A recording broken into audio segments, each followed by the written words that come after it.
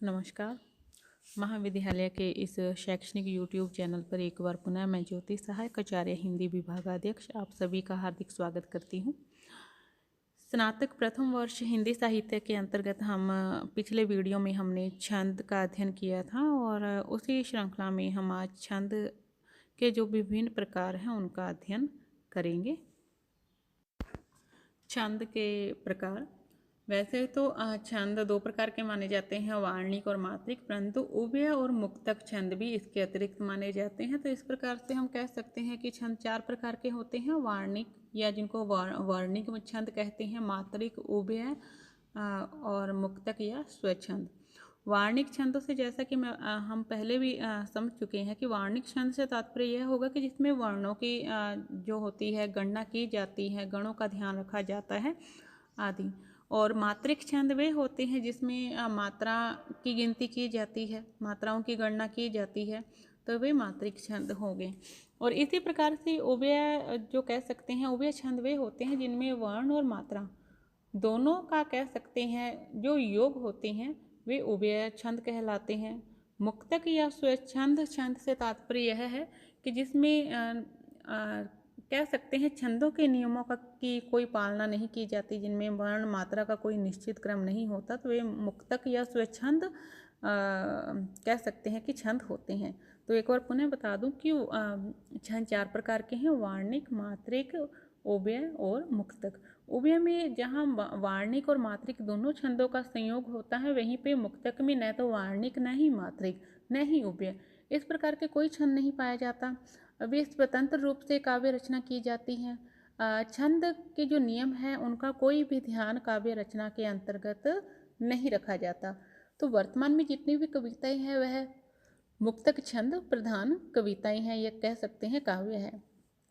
अब यहाँ पर एक बात और ध्यान रखने वाली है कि मुक्तक छंद को छोड़कर शेष वर्णिक, मात्रिक और उभय छंदों के तीन तीन उपभेद हैं। क्योंकि मुक्तक छंद में तो किसी प्रकार का भी कोई नियमों का ध्यान नहीं रखा जाता, तो उसके कोई भेद नहीं है। लेकिन जो शेष रहे हैं तीन प्रकार के छंद, वार्णिक, मात्रिक और उभय, इनमें इनके पुनः तीन तीन भेद माने गए हैं। और वे तीन भेद क्या हैं? पहले तो यह है कि समछंद, द्वितीय होगा अर्ध समछंद और तृतीय होगा विषमछंद। समछंद में क्या होता है कि इसमें चार चरण होते हैं और चारों की मात्राएं या वर्ण समान होते हैं, जैसे कि चौपाई हो गया, इंद वज्रा हो गया आदि। अर्ध समछंद जो द्वितीय प्रकार का भेद है, उसमें क्या होता है कि पहले और तीसरे और दूसरे और चौथे चरणों की मात्राएं या वर्गों में परस्पर समानता होती है, जैसे कि सोरठा छंद हो गया, दोहा हो गया। तो यह कह सकते हैं कि अर्ध सम छंद हैं, अर्थात दो दो चरणों की मात्राएं या कह सकते हैं जो वर्ण होते हैं वो परस्पर समान होते हैं। इसी प्रकार से विषम, जैसा कि नाम से ही स्पष्ट है कि इसमें चार से अधिक चरण होते हैं, या कह सकते हैं कि 6 चरण होते हैं, और वे एक समान नहीं होते, अर्थात उनमें कह सकते हैं वर्णों की या मात्राओं की संख्या समान नहीं होती, जैसे कि कुंडलिया हो गया, छप्या हो गया आदि। सबसे पहले हम अध्ययन करेंगे दोहा छंद का। दोहा छंद यह एक मात्रिक छंद है और मात्रिक छंद के अंतर्गत भी यह अर्ध सम मात्रिक छंद है। इसमें 24 मात्राएं होती हैं। इसके विषम चरण, अर्थात विषम चरण से तात्पर्य जो विषम संख्याएं होती हैं, जैसे कि 1, 3, 5, 7, उसी प्रकार से इसके जो विषम चरण होता है प्रथम और तृतीय, उसमें 13, 13 और सम चरण में 11, 11 मात्राएं होती हैं। सम चरण कौन से होंगे? द्वितीय और चतुर्थ। तो कुल मिला के इसके प्रत्येक चरण में हम कह सकते हैं कि मतलब कि जो सम होते हैं और विषम चरण होते हैं उनको मिलाकर इनकी 24-24 मात्राएं होती हैं। तो यह अर्ध सम मात्रिक छंद है। तो इसका जो उदाहरण है वह इस प्रकार से होगा, जैसा कि इसमें मैंने दिया भी हुआ है। मेरे भव बाधा हरो राधा नागरी सोई, जा तन की झाई परे श्याम हरित द्युति होई।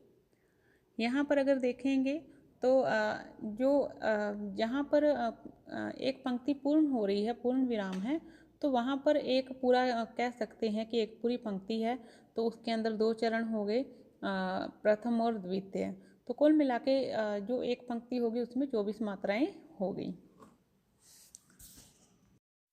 द्वितीय है चौपाई छंद।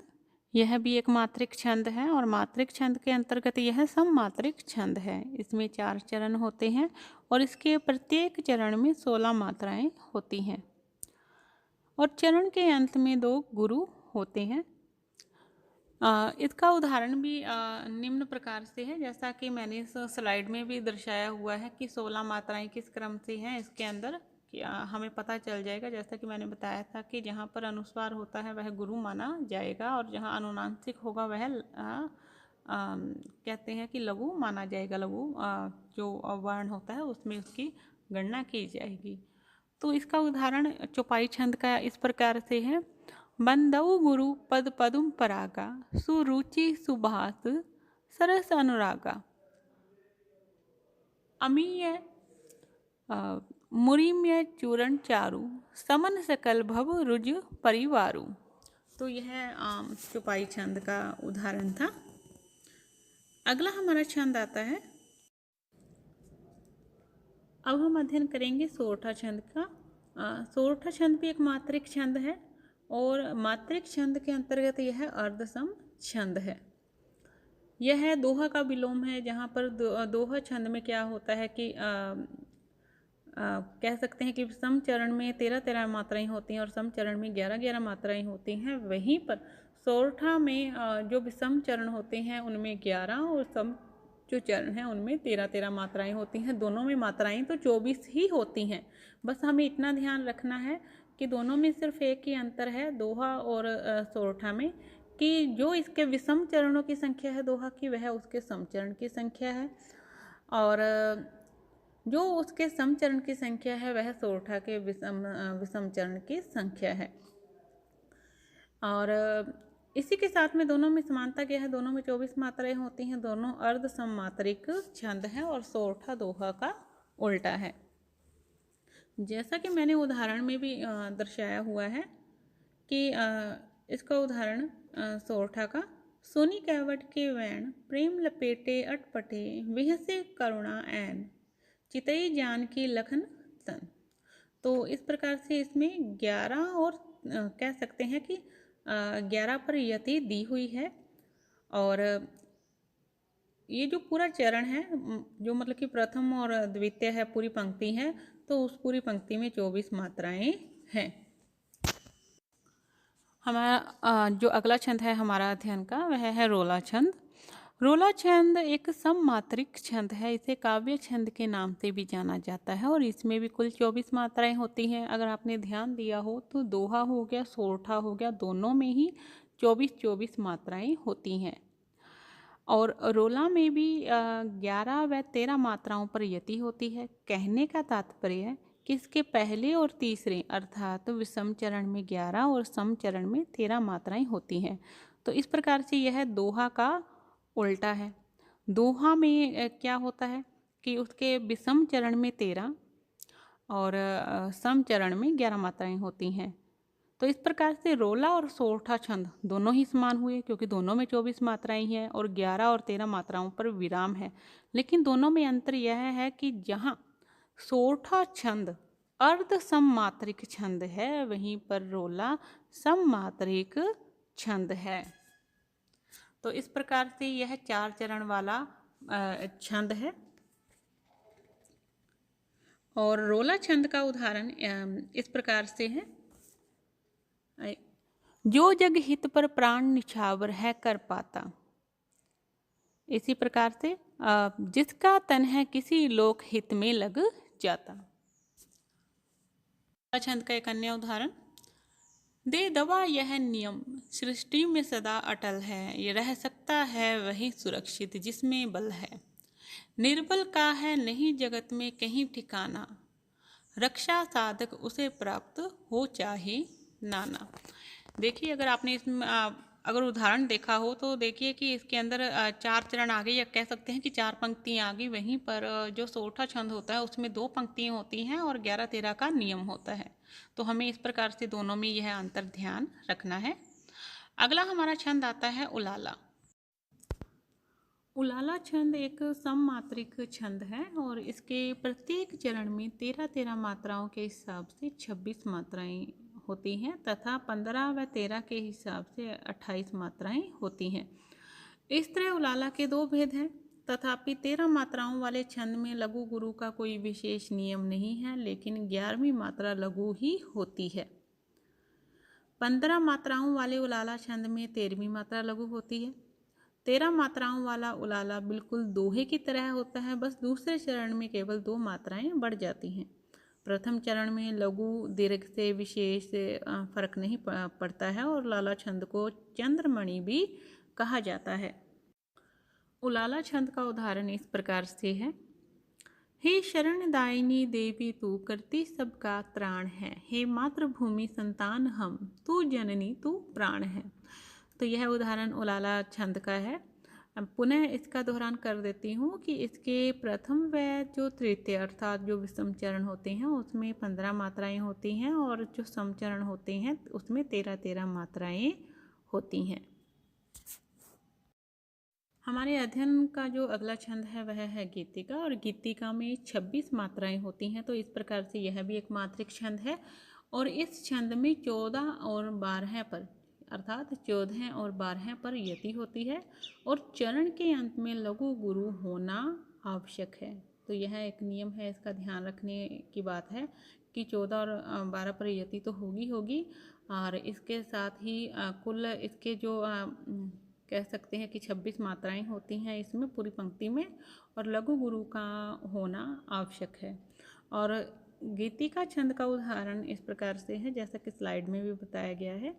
साधु भक्तों में सुयोगी संयमी बढ़ने लगे, सभ्यता की सीढ़ियों पे सूरमा चढ़ने लगे, वेद मंत्रों को विवेकी प्रेम से पढ़ने लगे, वंचकों की छातियों में शूल से गढ़ने लगे। हरिगीतिका छंद, यह छंद 4 चरणों वाला एक सममात्रिक छंद है और इसके प्रत्येक चरण में 28 मात्राएं होती हैं और अंत में लघु गुरु होना आवश्यक है तथा 16 और 12 पर मात्राओं पर इसमें यति होती है। अगर हम ध्यान दें तो गीतिका में 14 और 12 पर यति होती है और इसमें 26 मात्राएं होती हैं, वहीं पर इसमें 16 और 12 पर यति होती है और कुल 28 मात्राएं होती हैं। अगर हम हरिगीतिका शब्द 4 बार लिखें तो हरिगीतिका शब्द लिखने मात्र से ही कह सकते हैं कि हरिगीतिका छंद का एक चरण बन जाता है। अगर इस शब्द की मात्राओं को हम ध्यान रखें तो हमें पता चल जाएगा कि इसमें कितनी मात्राएं होती हैं और उसका नियम क्या होता है। इसका उदाहरण इस प्रकार से है हरिगीतिका छंद का। मन जाहि राचेऊ मिलहि सोवर सहज सुंदर सांवरो, करुणा निधान सुजानशील स्नेह जानत राव, इहि भांति गोरी असीस सुनिसिय सहित हिय हर्षित अली, तुलसी बभानहि पूजी पुनि पुनि मुदित मन मंदिर चली। तो यह हरिगीतिका छंद का एक उदाहरण था। और अगर हमें हरिगीतिका का एक चरण बनाना है तो हम हरिगीतिका शब्द को ही 4 बार लिखकर इसका एक चरण बना सकते हैं। कवित छंद, कवित छंद एक वार्णिक छंद है। इससे पूर्व हम मात्रिक छंदों का अध्ययन कर रहे थे और यह एक सम छंद है। वार्णिक छंद के अंतर्गत भी यह एक सम छंद है, अर्थात इसके प्रत्येक चरण में जो वर्णों की संख्या होती है वह समान होती है और इसके प्रत्येक चरण में 31 वर्ण होते हैं, परंतु वर्णों का क्रम निश्चित नहीं होता, अर्थात गणों की कोई व्यवस्था नहीं होती। विशेष नियम इसके अंतर्गत यही है कि इसमें 16 और 15 वर्णों पर यति होती है और चरण के अंत में एक गुरु वर्ण होता है, या कह सकते हैं कि गुरु वर्ण होना इसमें अनिवार्य है। तो पुनः दोहरान कर देती हूँ कि कवित छंद एक वार्णिक सम छंद है और इसके प्रत्येक चरण में 31 वर्ण होते हैं और 16-15 पर यति और अंत में एक गुरु का होना अनिवार्य है। कवित छंद का उदाहरण इस प्रकार से है। आते जो यहाँ है ब्रजभूमि के छटा को देख, नेक न आघाते होते मोद मद माते हैं, जिस ओर जाते उस ओर मन भाई दृश्य, लोचन लुभाते और चित्त को चुराते हैं, पल भर अपने को वे भूल जाते सदा, सुखद अतीत सुधा सिंधु में समाते हैं, जान पड़ता है उन्हें आज भी कन्हैया यहाँ, मैया मैया टेरते हैं, गैया को चराती हैं। इस प्रकार से यह उदाहरण एक कवित छंद का है। हमारा अगला वार्णिक छंद है सवैया छंद। सवैया जो छंद है वह 4 चरणों का समपद वर्ण छंद है। तो सर्वप्रथम तो यह ध्यान रखने वाली बात है कि यह एक वार्णिक छंद है। द्वितीय यह सम जो पद होते हैं वह वाला छंद है, अर्थात इसके 4 चरण होंगे और चारों चरणों में जो मात्राएं होंगी वह समान होगी। द्वितीय इसमें 22 से लेकर 26 तक जो वर्ण हैं वो हो सकते हैं। तो 22 से लेकर 26 तक के जो वर्ण हैं और उस जाति समूह को सामूहिक रूप से हिंदी में सवैया कहा जाता है। सवैया के प्रमुख रूप से हम कह सकते हैं कि 14 प्रकार हैं। वह 14 प्रकार कौन कौन से हैं? इसमें आता है मदिरा सवैया, मत गेयन, सुमुखी, दुर्मिल, किरीट, गंगोदक, मुक्तहरा, वाम, अरसात, सुंदरी, अरविंद, माननी, महाभुजंग, प्रयात, सुखी आदि। और एक बात और यह ध्यान रखने वाली है कि यह जो इसके जो सवैया छंद के जो विभिन्न प्रकार हैं वह गणों के आधार पर हैं। तो अब जो मुख्य मुख्य बातें मैं पुनः बता देती हूँ कि सवैया एक वार्णिक छंद है, एक यह समपद छंद है। इसके प्रत्येक चरण में जो वर्णों की संख्या होती है वह समान होती है और सवैया छंद में 22 से लेकर 26 तक वर्ण हो सकते हैं।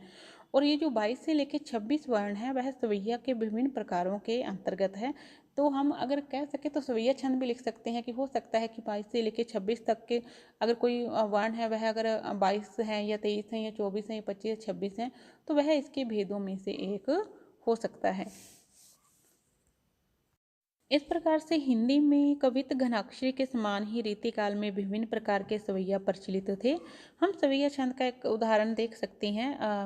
चांद चले नहीं रात कटे, यह सेज जले जैसे, अगियारी नागिन सी नथनी डसती, अरु माथ चुबे ललकी बिंदियारी। कान का कुंडल जोंक बना, बिछुआ सा डसे उंगरी बिछुआ, मोतिन माल है फांस बना, अब हाथ का बंद बना कंगनारी। तो इस प्रकार से इसी के साथ में रसखान, तो रसखान के जो सवैये हैं वह भी रीतिकाल के अंतर्गत प्रसिद्ध हो गए हैं। कहा जाता है कि जो रसखान के सवैये थे तो वह इतने मधुर थे, इतने प्रसिद्ध हुए कि उनको ही रस कहा जाने लगा और रस की खान कहा जाने लगा, क्योंकि रस खान को रस की खान इसीलिए कहा गया था कि इनके सवैया छंद के कारण। द्वितीय सवैया छंद को सवैया कहने का भी मतलब है कि इसमें 1.25 गुना ज़्यादा भाव को अभिव्यक्त करने की क्षमता होना। रसखान के जो छंद है जैसे कि मानुष हो तो वही रसखान, बसो ब्रज गोकुल गाम के कुवारण, जो पशु हो तो कहाँ बस मेरो, चरो नित नंदन की धेन मजारण, पाहन हो तो वही गिरी को, जो धरियो कर छत्र पुरंदर कारण, जो खग हो तो बसेरो करो, मिली कालिंदी कुल कदम की डारण। तो इस प्रकार से यह एक बेहद ही सरस और बहुत ही उपयुक्त उदाहरण है सवैया छंद का। इस प्रकार से आज के इस वीडियो में हमने जो अधिकतर छंद हैं उनका अध्ययन कर लिया है। खासकर हमने मात्रिक छंदों का अध्ययन कर लिया और शेष रहे जो वार्णिक छंद हैं उनमें से 2 वार्णिक छंदों का अध्ययन हम कर चुके हैं और शेष से जो वार्णिक छंद हैं उनका अध्ययन हम इससे अगली वीडियो में करेंगे। आज की वीडियो को मैं यहीं पे समाप्त करती हूँ। धन्यवाद।